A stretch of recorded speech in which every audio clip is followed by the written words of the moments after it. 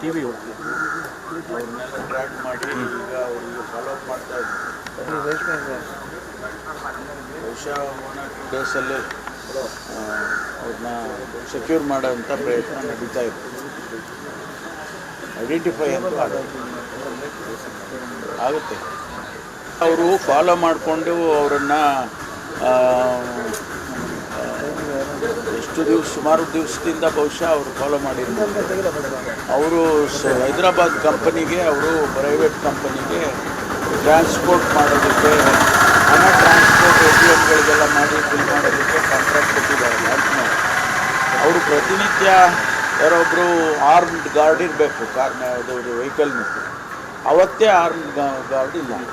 So ಅದನ್ನು ನೋಡಿಕೊಂಡಿದ್ದು ಅವರು ಮಾಡಿ ಆ ಬಾಕ್ಸನ್ನು ಹಾಗೆ ಮೋಟ್ರ್ ಬೈಕ್ ಮೇಲೆ ಬಾಕ್ಸನ್ನು ಇಟ್ಕೊಂಡು ಹೊರಟಿದ್ದಾರೆ. ಹೋಗಿ ಆಮೇಲೆ ಅದನ್ನು ಬಾಕ್ಸನ್ನು ಇದು ಮಾಡಿ ಬ್ಯಾಗ್ಗಳಿಗೆ ಕ್ಯಾಶ್ ಟ್ರಾನ್ಸ್ಫರ್ ಮಾಡಿಕೊಂಡೆಲ್ಲ ಏನೇನೋ ನಡೆದಿದೆ ಇದನ್ನೆಲ್ಲ ಟ್ರ್ಯಾಕ್ ಮಾಡಿದ್ದಾರೆ ನಮ್ಮ.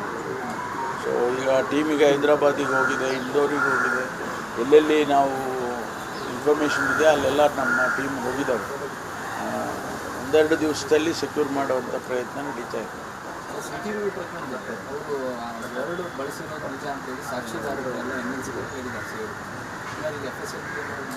ಅಲ್ಲ, ಈಗೆಲ್ಲ ತನಿಖೆ ನಡೀತಾ ಇದೆಯಲ್ಲ, ನಾವು ತನಿಖೆ ಸಂಪೂರ್ಣ ಆಗೋವರೆಗೂ ನಾವು ಯಾವುದನ್ನು ಕೂಡ ರಿವೀಲ್ ಮಾಡೋಕ್ಕಾಗೋದಿಲ್ಲ. ನಮಗೂ CIDನವ್ರು ನಮಗೂ ಹೇಳಲ್ಲ.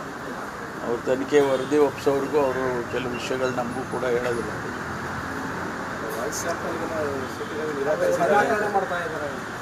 ನೋಡೋಣ, ಅವ್ರಿಗೆ ಅವಕಾಶ ಕೊಡಬೇಕಲ್ಲ, ಸಫಿಷಿಯೆಂಟ್ ಟೈಮು ಅಪರ್ಚುನಿಟೀಸು ಅವರಿಗೆ ಕೊಡಬೇಕಾಗುತ್ತೆ, ಕೊಡ್ತಾರೆ.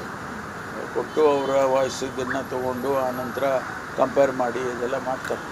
All that is part of the investigation. ಇಲ್ಲ, ಅದಕ್ಕೆ ಸಂಬಂಧ ಇಲ್ಲ, ಅವ್ರದ್ದು ಇಲಾಖೆದು ಸಂಬಂಧ ಇಲ್ಲ, ಬೇರೆ ಏನೋ ಅವರ ಏನೋ ಪರ್ಸನಲ್ ವಿಚಾರ ಮಾತಾಡ್ತಾರೆ.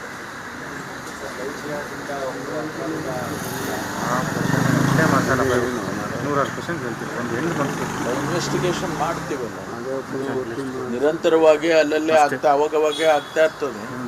ಅದನ್ನು ಇನ್ವೆಸ್ಟಿಗೇಷನ್ ಮಾಡಿ ಯಾರು ಕಲ್ಪ್ರಿಟ್ಸ್ ಇರ್ತಾರೆ ಅಂಥವ್ರಿಗೆ ಕಾನೂನು ಪ್ರಕಾರ ಏನು ಕ್ರಮ ತಗೋಬೇಕು ಅದನ್ನು ಮಾಡೇ ಮಾಡ್ತೀವಿ.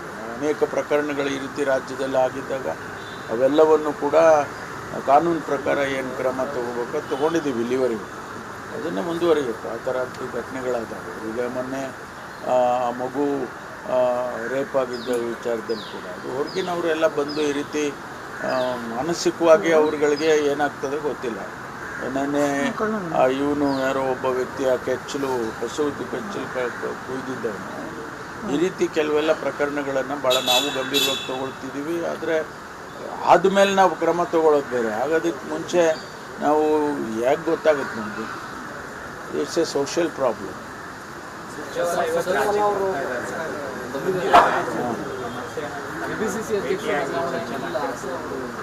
ಅದ್ರ ಬಗ್ಗೆ ನಾನೇನು ಹೇಳಿಕೆ ಕೊಡೋಕ್ಕೆ ಹೋಗೋದಿಲ್ಲ. ಯಾಕಂದರೆ ಇದು ನಾವು ನಮ್ಮ ಅಭಿಪ್ರಾಯಗಳನ್ನು ಕೂಡ ನಾವು ಯಾವುದು ಅವ್ರಿಗೆ ಹೇಳ್ತೀವಿ, ಖಾಸಗಿಯಾಗಿ ಅಥವಾ ಮಾಧ್ಯಮದ ಮುಂದೆ ಹೇಳಬಾರ್ದು ಅಂತ ಅವ್ರು ಹೇಳಿದ್ದಾರೆ. ಅದನ್ನು ಯಾರೂ ಕೂಡ ಮಾಡ್ತಿಲ್ಲ, ನಾವು ಯಾವುದನ್ನು ಮಾಡೋದಿಲ್ಲ.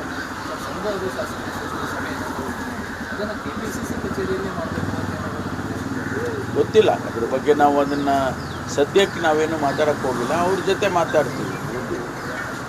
ಯಾರು ನಮ್ಮ ಜನರಲ್ ಸೆಕ್ರೆಟರಿ ಇದ್ದಾರೆ ಅವ್ರ ಜೊತೆ ಮಾತಾಡಿ ಮುಂದಿನ ಬೆಳವಣಿಗೆ ಏನು, ಯಾಕೆ ಮಾಡಬೇಕು, ಮಾಡೋದಿದ್ರೆ ಏನು, ಯಾವ ರೀತಿ ಮಾಡಬೇಕು, ಪಕ್ಷದ ಆದೇಶ ಏನು ಬರುತ್ತೆ ಆ ರೀತಿ ನೋಡ್ಕೊಂಡು ಮಾಡ್ತೀವಿ. ಇಲ್ಲಪ್ಪ, ಅಂಥದ್ದೇನು ಒಳ್ಳೆ ಕತೆ ಆಯ್ತಲ್ಲ. ಯಾರು ನಮ್ಮ ಈಗ ನಾನು ಯಾರ್ದೋ ಮಿನಿಸ್ಟ್ರ್ ಮನೆಗೆ ಹೋದರೆ, ಕೊಲೀಗ್ಸ್ ಮನೆಗೆ, ನಮಗೂ ಏನೋ ಡಿಪಾರ್ಟ್ಮೆಂಟಲ್ ಕೆಲಸಗಳಿರ್ತವೆ, ಹೋಗ್ತೀವಿ. ನಾನು ಹೋಗ್ತೀನಿ ಅನೇಕ ಸಂದರ್ಭದಲ್ಲಿ ನಮ್ಮ ಕಾನ್ಸ್ಟಿಟ್ಯೂನ್ಸಿಗೆ, ನಮ್ಮ ಜಿಲ್ಲೆಗೆ ಸಂಬಂಧಪಟ್ಟಾಗೆ. ಹಂಗೆ ಅವ್ರದ್ದು ಕೆಲಸ ಏನೋ ಇತ್ತು, ಬಂದರು, ಅಷ್ಟೇ ಬಿಟ್ಟರೆ ಬೇರೆ ಏನು.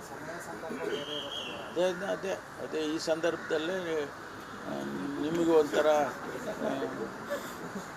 ಚೆನ್ನಾಗಿರುತ್ತೆ ನಿಮಗೆ. ಹಿಂದೆ ಕೂಡ ನೀವು ಸತೀಶ್ ಜಾರಕಿಹೊಳಿ, ನೀವು ಮಾದೇವಪ್ಪರು ಭೇಟಿಗಳು ಮಾಡಬಾರ್ದು ಅಂತ ಇಲ್ಲ.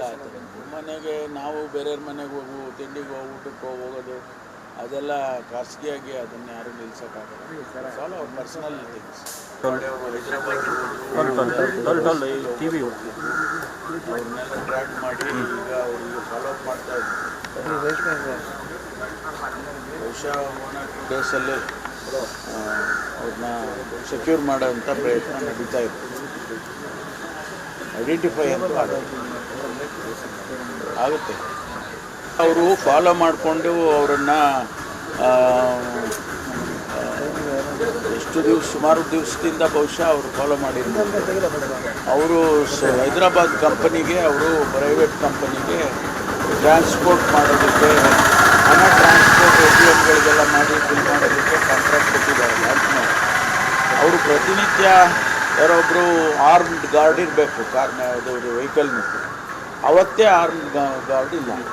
ಸೊ ಅದನ್ನು ನೋಡಿಕೊಂಡಿದ್ದು ಅವರು ಮಾಡಿ ಆ ಬಾಕ್ಸನ್ನು ಹಾಗೆ ಮೋಟ್ರ್ ಬೈಕ್ ಮೇಲೆ ಬಾಕ್ಸನ್ನು ಇಟ್ಕೊಂಡು ಹೊರಟಿದ್ದಾರೆ. ಹೋಗಿ ಆಮೇಲೆ ಅದನ್ನು ಬಾಕ್ಸನ್ನು ಇದು ಮಾಡಿ ಬ್ಯಾಗ್ಗಳಿಗೆ ಕ್ಯಾಶ್ ಟ್ರಾನ್ಸ್ಫರ್ ಮಾಡಿಕೊಂಡೆಲ್ಲ ಏನೇನೋ ನಡೆದಿದೆ ಇದನ್ನೆಲ್ಲ ಟ್ರ್ಯಾಕ್ ಮಾಡಿದ್ದಾರೆ ನಮಗೆ.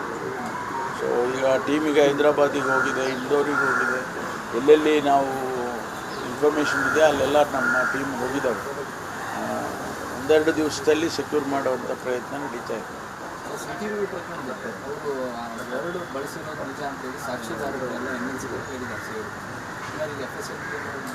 ಅಲ್ಲ, ಈಗೆಲ್ಲ ತನಿಖೆ ನಡೀತಾ ಇದೆಯಲ್ಲ, ತನಿಖೆ ಸಂಪೂರ್ಣ ಆಗೋವರೆಗೂ ನಾವು ಯಾವುದನ್ನು ಕೂಡ ರಿವೀಲ್ ಮಾಡೋಕ್ಕಾಗೋದಿಲ್ಲ.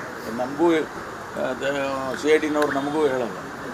ಅವ್ರ ತನಿಖೆ ವರದಿ ಒಪ್ಪಿಸೋವರೆಗೂ ಅವರು ಕೆಲವು ವಿಷಯಗಳು ನಮಗೂ ಕೂಡ ಹೇಳೋದಿಲ್ಲ.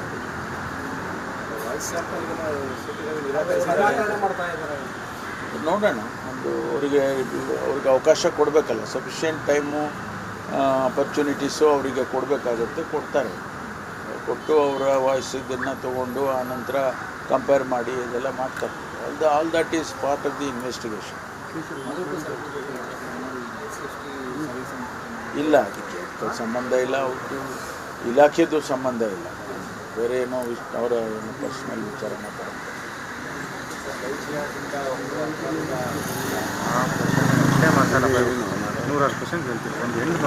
ಇನ್ವೆಸ್ಟಿಗೇಷನ್ ಮಾಡ್ತೀವಲ್ಲ, ನಿರಂತರವಾಗಿ ಅಲ್ಲಲ್ಲೇ ಅವಾಗವಾಗೇ ಆಗ್ತಾ ಇರ್ತದೆ.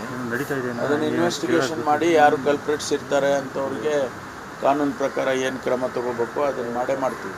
ಅನೇಕ ಪ್ರಕರಣಗಳು ಈ ರೀತಿ ರಾಜ್ಯದಲ್ಲಿ ಆಗಿದ್ದಾಗ ಅವೆಲ್ಲವನ್ನು ಕೂಡ ಕಾನೂನು ಪ್ರಕಾರ ಏನು ಕ್ರಮ ತಗೋಬೇಕು ತೊಗೊಂಡಿದ್ದೀವಿ ಇಲ್ಲಿವರೆಗೂ. ಅದನ್ನೇ ಮುಂದುವರಿಬೇಕು. ಆ ಥರ ಘಟನೆಗಳಾದಾಗ ಈಗ ಮೊನ್ನೆ ಮಗು ರೇಪ್ ಆಗಿದ್ದ ವಿಚಾರದಲ್ಲಿ ಕೂಡ ಅದು ಹೊರಗಿನವರೆಲ್ಲ ಬಂದು ಈ ರೀತಿ ಮಾನಸಿಕವಾಗಿ ಅವ್ರುಗಳಿಗೆ ಏನಾಗ್ತದೆ ಗೊತ್ತಿಲ್ಲ. ನೆನ್ನೆ ಇವನು ಯಾರೋ ಒಬ್ಬ ವ್ಯಕ್ತಿ ಆ ಕೆಚ್ಚಲು ಹಸುವಿದ್ದು ಕೆಚ್ಚಲು ಕುಯ್ದಿದ್ದವನು. ಈ ರೀತಿ ಕೆಲವೆಲ್ಲ ಪ್ರಕರಣಗಳನ್ನು ಭಾಳ ನಾವು ಗಂಭೀರವಾಗಿ ತೊಗೊಳ್ತಿದ್ದೀವಿ. ಆದರೆ ಆದಮೇಲೆ ನಾವು ಕ್ರಮ ತೊಗೊಳ್ಳೋದು ಬೇರೆ. ಆಗೋದಕ್ಕೆ ಮುಂಚೆ ನಾವು ಯಾಕೆ ಗೊತ್ತಾಗುತ್ತೆ ನಮಗೆ, ಇಟ್ಸ್ ಎ ಸೋಷಿಯಲ್ ಪ್ರಾಬ್ಲಮ್.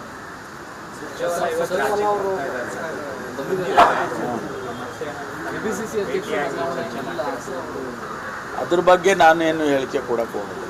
ಯಾಕಂದರೆ ಇದು ನಾವು ನಮ್ಮ ಅಭಿಪ್ರಾಯಗಳನ್ನು ಕೂಡ ನಾವು ಯಾವುದು ಅವ್ರಿಗೆ ಹೇಳ್ತೀವಿ, ಖಾಸಗಿಯಾಗಿ ಅಥವಾ ಮಾಧ್ಯಮದ ಮುಂದೆ ಹೇಳಬಾರ್ದು ಅಂತ ಅವ್ರು ಹೇಳಿದ್ದಾರೆ. ಅದನ್ನು ಯಾರೂ ಕೂಡ ಮಾಡ್ತಿಲ್ಲ, ನಾವು ಯಾವುದನ್ನು ಮಾಡೋದಿಲ್ಲ.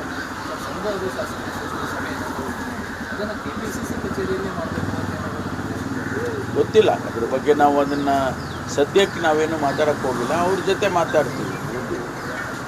ಯಾರು ನಮ್ಮ ಜನರಲ್ ಸೆಕ್ರೆಟರಿ ಇದ್ದಾರೆ ಅವ್ರ ಜೊತೆ ಮಾತಾಡಿ ಮುಂದಿನ ಬೆಳವಣಿಗೆ ಏನು, ಯಾಕೆ ಮಾಡಬೇಕು, ಮಾಡೋದಿದ್ರೆ ಏನು, ಯಾವ ರೀತಿ ಮಾಡಬೇಕು, ಪಕ್ಷದ ಆದೇಶ ಏನು ಬರುತ್ತೆ ಆ ರೀತಿ ನೋಡ್ಕೊಂಡು ಮಾಡ್ತೀವಿ. ಇಲ್ಲಪ್ಪ, ಅಂಥದ್ದೇನು ಒಳ್ಳೆ ಕತೆ ಆಯ್ತಲ್ಲ. ಯಾರು ನಮ್ಮ ಈಗ ನಾನು ಯಾರ್ದೋ ಮಿನಿಸ್ಟ್ರ್ ಮನೆಗೆ ಹೋದರೆ, ಕೊಲೀಗ್ಸ್ ಮನೆಗೆ, ನಮಗೂ ಏನೋ ಡಿಪಾರ್ಟ್ಮೆಂಟಲ್ ಕೆಲಸಗಳಿರ್ತವೆ, ಹೋಗ್ತೀವಿ. ನಾನು ಹೋಗ್ತೀನಿ ಅನೇಕ ಸಂದರ್ಭದಲ್ಲಿ ನಮ್ಮ ಕಾನ್ಸ್ಟಿಟ್ಯೂನ್ಸಿಗೆ, ನಮ್ಮ ಜಿಲ್ಲೆಗೆ ಸಂಬಂಧಪಟ್ಟಾಗೆ. ಹಂಗೆ ಅವ್ರದ್ದು ಕೆಲಸ ಏನೋ ಇತ್ತು, ಬಂದರು, ಅಷ್ಟೇ ಬಿಟ್ಟರೆ ಬೇರೆ ಏನು.